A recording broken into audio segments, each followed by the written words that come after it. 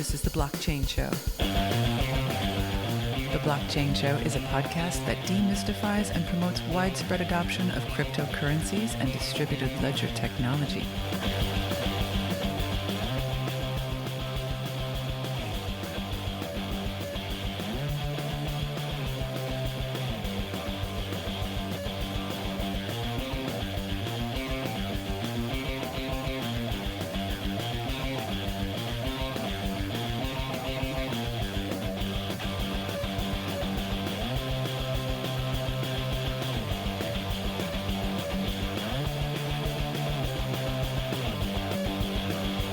The Blockchain Show. Today's episode of The Blockchain Show is sponsored by Coinigy. Coinigy is an advanced Bitcoin, altcoin, and cryptocurrency day trading platform compatible with every major cryptocurrency exchange. Manage all of your exchange accounts under one simple interface while taking advantage of Coinigy's full-featured analytics and trade execution tools for cryptocurrency trading. Learn more at Coinigy.com.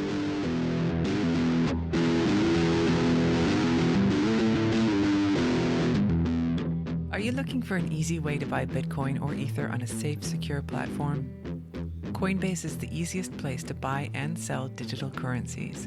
Sign up today as a friend of The Blockchain Show, and if you buy or sell $100 of Bitcoin or more, you'll earn $10 of free Bitcoin for yourself and $10 of Bitcoin to support this show. Join now using the link in this episode's show notes at theblockchainshow.com.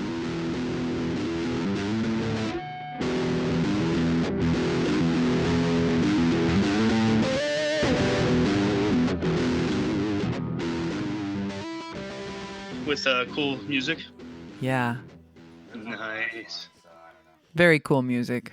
Well, it's original. It's one of a kind.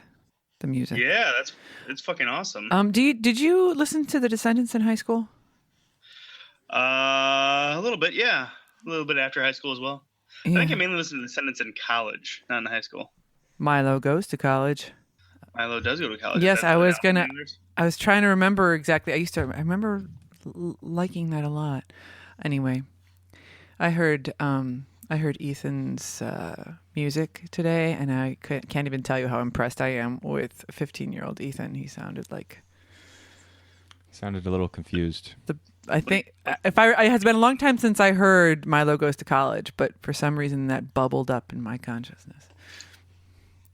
Huh. Yeah, we'll have to dig both of them out for next time. Is that on SoundCloud or something, or what? No, it's on a buried hard drive. I asked him to send it to me, and he said he wouldn't. And I thought, what? It's just, same reason you don't put your high school yearbook photo out on Facebook. No. Intentionally. I'm going to go do that right now. Actually, I have one. Yours. Yeah, I was going to say I could do sweet. that for you. That might be the cover of this week's artwork. Yeah, we didn't get to talk about our stuff last week. What was our stuff? We watched a video about blockchain. Oh, yes, the blockchain demystified. Okay. I think we shared that via Facebook a few times. The Blockchain Show did. That one? I don't think so. I'd never seen that one before. The reason why I say that is that when I saw that bit about the airplanes, and funny enough, I kind of acted cool, like I knew exactly what was going on, but I get the point of what they were trying to make with the airplane communication, but I don't really understand it. And I thought, wow, it was like being in CERT. It was like I sat there in CERT and realized how every moment of my life I'm in so close to imminent peril, like utter catastrophe, and don't even know it. Didn't even know that was a problem until I saw that Blockchain Demystified video where... Yeah, what's the background on that? They're about Am I going to have to watch this? How long is this video? You guys want to hear it? You guys can't hear it. Do it this way then. We're downloading a software patch and should be good to take off in 20 minutes. So while my iPhone Can you hear that? is downloading a Yeah. software update from Apple, Okay. my airplane is downloading some Do Not Die update from the airplane manufacturer. This led me to a dark realization. If there are bugs with Wing software, there could soon be Wing software hackers. And such worries actually intensify as we enter the world of autonomous cars, robots that perform surgery, and computers that give financial advice. In fact, Professors at University of Michigan demonstrated it was possible to kill patients who have pacemakers by hacking their devices wirelessly. A lot of smart people think blockchain can help give us some security in this automated world. Take the hacked plane scenario. Picture 100 planes around the world, each communicating to one another on a network. Before takeoff, my plane could take its wing software and dump it into our friend, the cryptographic hash function, thus generating a unique 20-digit code. You could then imagine the other 99 planes all have ledgers for one another with records of the appropriate 20-digit code each plane should have for its wing software.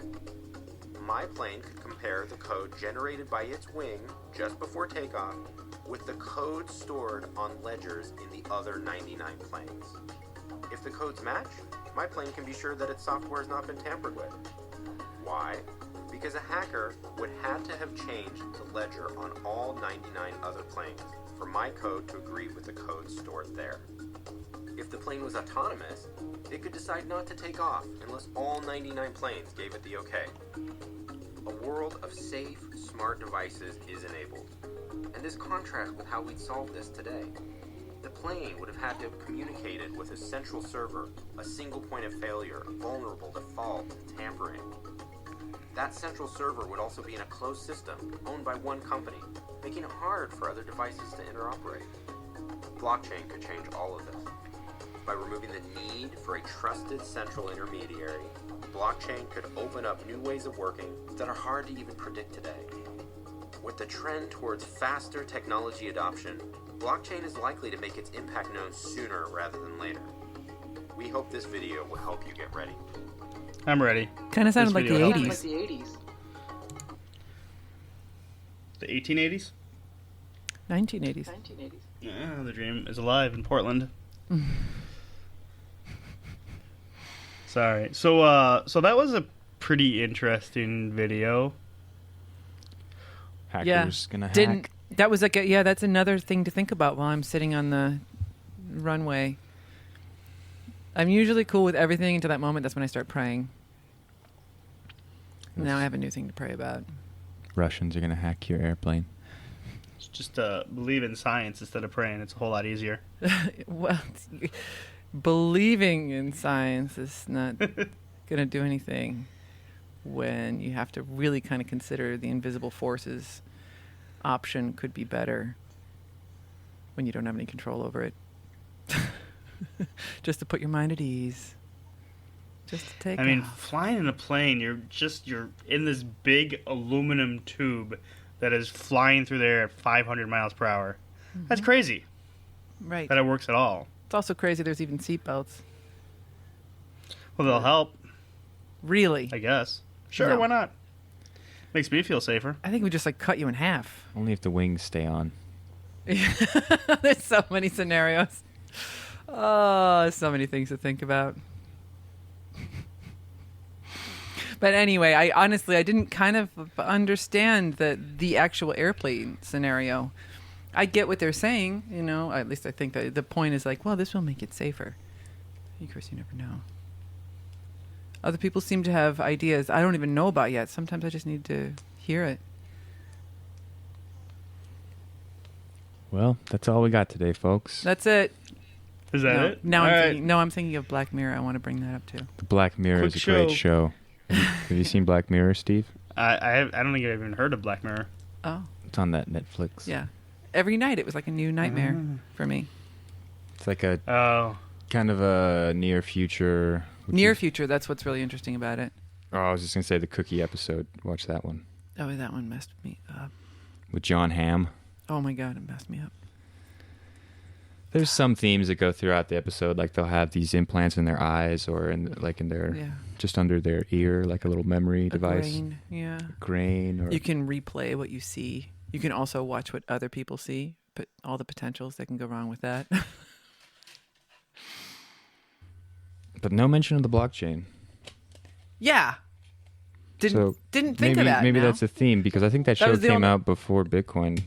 Or is it No, still, no. it's like 4 years old. Is How it? old's Bitcoin? No, it's not.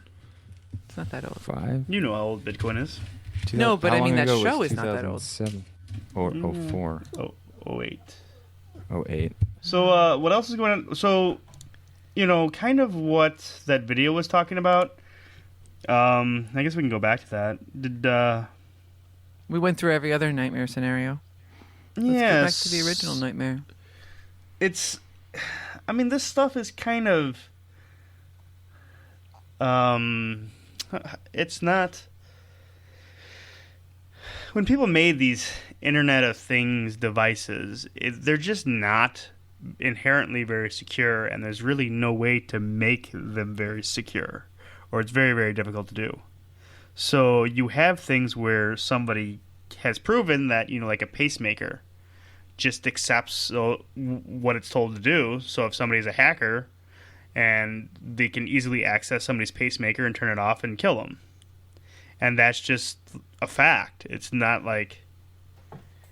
The risky run. I don't think anybody does it, or it's never been done before. Not heard of it anyway. Not heard of. But with something like the blockchain, you can now give pacemakers identity. You can give airplanes identity. So, and it's verifiable. It's provably verifiable that, this pacemaker is communicating with a real non-hacked entity. And that's the type of thing that blockchain can do.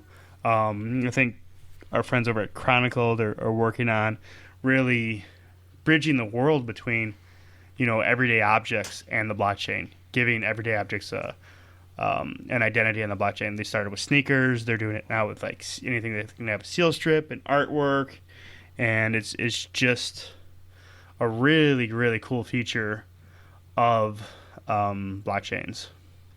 Diamonds and chocolate and coffee. Diamonds, right? and chocolate and coffee, whatever, anything. All the highly suspect Louis Vuitton things. purses, and I think eventually, everything will have. I can imagine a world where almost everything in your house has a digital identity, that it kind of talks to one another. If you are out of soup, you just wave your smartphone over a chip in the cupboard and it puts it on your list or something. Mm-hmm. I like the dash buttons on Amazon. Yeah, like dash buttons just everywhere. Right, in your smart pantry. You won't even eventually need it. But what else is going on in blockchain? Anything new in blockchain? I was actually looking up blockchain stuff to see what was new. Yeah, let's see. What? And one of What the is up things with the- that I did see was that because the voting gets me interested, although I didn't understand it, NASDAQ moves forward with blockchain-based e-voting. What did NASDAQ do with e-voting? What is NASDAQ doing with e-voting? Do you know? I don't know, but it's in Estonia. NASDAQ says Estonia e-voting pilot successful. Cool. So when you own shares in a company, the shares often give you voting rights. And it's kind of often difficult to exercise your voting rights or make sure that your voting rights are being exercised. What NASDAQ is doing is they did a pilot. Estonia offers the right environment. For the following reasons, NASDAQ, what's telling... Oh, I guess that must be Estonian. And it's Estonia's Central Securities Depository have more than 15 years experience in general meetings. Yeah, so it looks like this isn't necessarily for, like, political voting. But, any sort of pilot that does voting for securities, security rights, could be used with, type of political voting or liquid democracy type stuff. It looks like that NASDAQ had partnered with Estonia, which has an advanced electronic ID program. So all of Estonia's citizens have electronic tokens that secure their identity. And what they were able to do with that was NASDAQ was able to use their electronic ID tokens to prove ownership of a particular security, as best I can tell, and then give those people with those two things, proof of who they are, proof of identity, which is the Estonian government did for them through some sort of, I believe, blockchain EID program, and then also prove that they own a particular security. How come you I say guess it worked token really well. out of curiosity? How come I say that? Yeah. Is that just like the word you use for... Well, I don't know. What do you mean token? It makes it sound like a thing. Token. Didn't you say that? Token. It's I think if you have to come up with names for these things, and coin kind of really doesn't do a whole lot of justice, because I don't know if you read like Bitcoin articles in mainstream media about stuff, but there's always like a picture of a Bitcoin an actual physical coin. Yes. I mean, that's not a Bitcoin. That's a rendering by I think it's like Caucasian or something. It's like a Chuck E. Cheese coin. Yeah, I mean, It's not even a real thing in the real world. It's a really nice one though. It's got like a really cool hologram on it, Right. where you peel the holographic sticker and you get the private key behind it. And it's You mean probably, there actually is like a thing that you can have like that? That's right. You were talking about. I remember that before. Yeah. So I mean, these coins that they always show, but I guess the point is when you use the term Bitcoin, you think like a coin, like a physical object. So oftentimes when I talk about a token, I'm not talking about, and this is not always the case, but I'm not talking about like the higher level coin itself. So not like the actual blockchain currency, whether that be Bitcoin or Ethereum or something like that, even though Ethereum is its own token. But within a blockchain, you can have like tokens that just represent, a token has a larger meaning of that it's just a representation of something or symbolic. Yeah. And so the token, that's, instead of saying a coin, you would, it's a specific, I have the public-private key to prove ownership of a security, and that's, my token. You said ID though, so that's like the address or something. Is that right? When you say that, everybody's provided like an address, a token ID. Isn't that what you said? Did you say token ID? I mean, I'm using a few of these things interchangeably and in different contexts. Uh-huh. The Estonian ID is actually like there's a token on the blockchain, and there's also like a physical world analog, but it's an electronic ID. So there's a system in Estonia where the government hands out IDs to people, but instead of it being like a physical ID, it's a blockchain-based identification system. Mm-hmm. Right. Yeah. Exactly. I was just wondering what that would have looked like if it was in like an actual thing, like an actual token. Because I guess your like for me to give you, if you were to send me some Bitcoin and you asked for my address, is that the right? You've asked me this before. That's right? Address, right? Yeah, sure.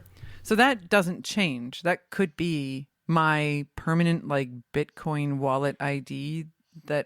That's my like wallet number that never changes, right? Well, does it change every your time you wallet. transact? What? Right. So Bitcoin is kind of strange in a way. Strange isn't the right word, but there's some particulars about it where we use terms like wallet and address and things of that nature, and they're probably not the best terms because we've been accustomed to thinking of them in a different way. Yeah, when you have like a wallet, there's a certain like analog to the real world of what a wallet is, and you kind of like put dollar bills and credit cards and your identification in it, and numbers from girls at the bars or stuff. That's a wallet. On the blockchain, though, a wallet is kind of like a series of addresses that you hold the public and private keys for. On Bitcoin, you don't want to like reuse the same inbound address all the time, because for each to time you use it, now you're giving up your identity, like who you are. If you buy something and then donate to X political candidate, now people can do a little snooping and figure out who you are. And, anytime you have something shipped, that shipper knows your address, and now they can see, what else you supported because you use the same physical address. So you don't want to reuse the same address a lot, but you can. So you can create an address and then just have, Bitcoin sent to that address. And it's really not going to do much until you move it. I don't know. This is probably not making any sense. No, I think I actually just understood you. But wait, okay. then, so what's, when I go to my Jack's wallet and give somebody that big slew of, 20 characters or whatever? I should know it. I don't know it. Probably 26 or 20. I don't know. Then But, yeah, go ahead. I'll tell you. That's not an identity. That's not a constant address. That it changes then. Right. So what Jax does, and what a lot of wallets do, is it's what's called an HD wallet. The H stands for hierarchical, and D stands for deterministic.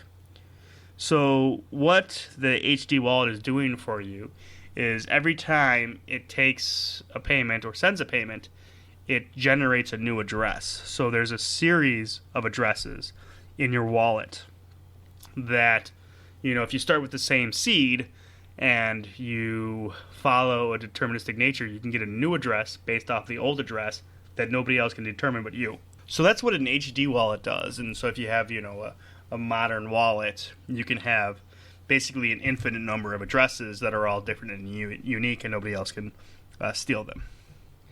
I mean, infinite might not be the right term, but for all practical purposes, as many addresses as you want. And you can have as many HD addresses as you want. There's just such a large space of possible addresses that you can do that. You can do weird things like that with them. Mm-hmm. Got it. I actually got it. Now, there's other coins that don't need stuff like that. Like there's Zcash, and I think Monero. And through abstraction, you can, with Zcash, what you do is you actually just prove that you have the ability to move coins, but you don't actually show anybody what coins you're moving. Have you ever used Fiverr? Like to clean a colon? No, Fiverr. There's a website called Fiverr. Fiverr. RR. Indeed, I actually have an account somewhere, thanks to like your a lovely wife. Gig economy type. Right, right. And they used to accept Bitcoin. It gave you really, really bad terms. Like Fiverr is horrible as far as fees go. Like they charge 20%. Yeah. For everything. So if somebody wanted to pay in Bitcoin, they would have to first pay 20% more. So like a $5 gig, so they have to pay $6. How ironic. And then, the end person only get $4. So they used to accept Bitcoin, but they no longer. They recently. That's a bummer because I was just thinking, hey, maybe I'll get back up on there again because I really do want more Bitcoin. I want more Bitcoin in my world. Well, you don't actually earn Bitcoin. And but that was another. You would if you used to be able to do it, right? No. Fiverr would just accept it, immediately convert it to cash. But then you could only theoretically you'd be paid in Bitcoin, though, even though they're doing all this stuff to make it. No, you'd be paid in cash because you don't have the option because the buyer pays Fiverr and then Fiverr pays you. The buyer had an option to pay in Bitcoin. You didn't have the option to receive Bitcoin. Oh, that makes sense. That's funny. They're a middleman. Yeah. So, but, yeah. There's been no new website that's popped up to take its place in the new Fiverr, but you couldn't say Fiverr for Bitcoin because that would be for gazillionaires. Right. There's a few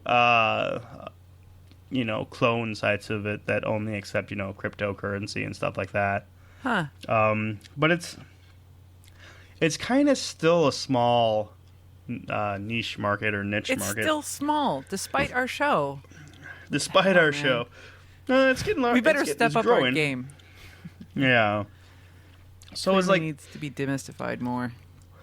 it's a tough thing because there's a sort of chicken and an egg problem where everybody would have a whole lot more value if they were able to accept Bitcoin for their work and then use Bitcoin for what they consume, paying their rent or their bills and stuff without having to convert it to Yeah. whatever currency they're using.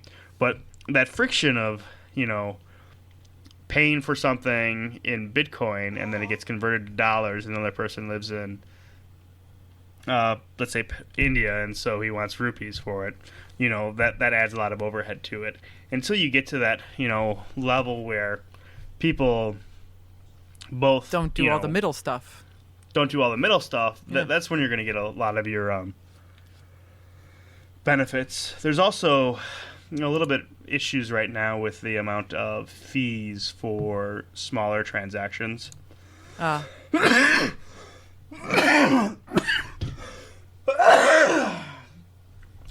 Excuse me. So, so the companies that are dealing, like, obviously people won't have to pay their rent and whatever in U.S. dollars still. Not necessarily. I mean, they will or they do still. What do you mean by that? Well, I guess, yeah, it depends on. I'm sure there must be a few places on Earth that accept some cryptocurrency as rent. Or what about food? That can happen too. Yeah, I think food was there are surprisingly a few grocery stores that accept Bitcoin in the Like world. big ones? No, I think they're all smaller type ones. Yeah. But it's growing all the time. I think. Yep. A lot of the early work in Bitcoin was towards gaining new merchants that accept Bitcoin. It's kind of now switched a lot to just being a store of value for people, which is not why I think Bitcoin is revolutionary. I don't necessarily. I mean, it's interesting and it's kind of cool, I guess, but it's not really the revolutionary project that I envisioned it being initially. Right. Exactly. So somebody can put a $10,000 in Bitcoin and in a few years have $12,000, or somebody has $1 million and they need to hide it from the government for a few years. That doesn't really excite me that much. Yeah. No. It's like initially it was, you wanted to send your friend $5 worth of value. You could do that in Bitcoin instantly anywhere in the world, and it cost you a fraction of a penny to do so. Now that same transaction would take, maybe hours or maybe never, and it would cost you 40 cents to do. So it's not the revolutionary product that it once was, in my mind. Well, that's what I got. What about you? Me?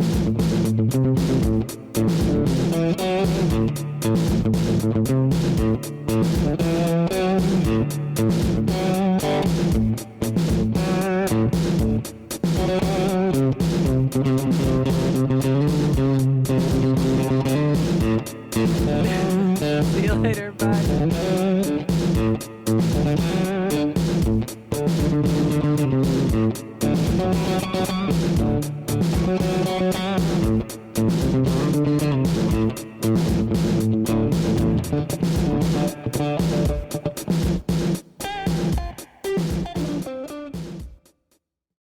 Today's episode of The Blockchain Show is sponsored by Coinigy. Coinigy is an advanced Bitcoin, altcoin, and cryptocurrency day trading platform compatible with every major cryptocurrency exchange. Manage all of your exchange accounts under one simple interface while taking advantage of Coinigy's full-featured analytics and trade execution tools for cryptocurrency trading. Learn more at Coinigy.com.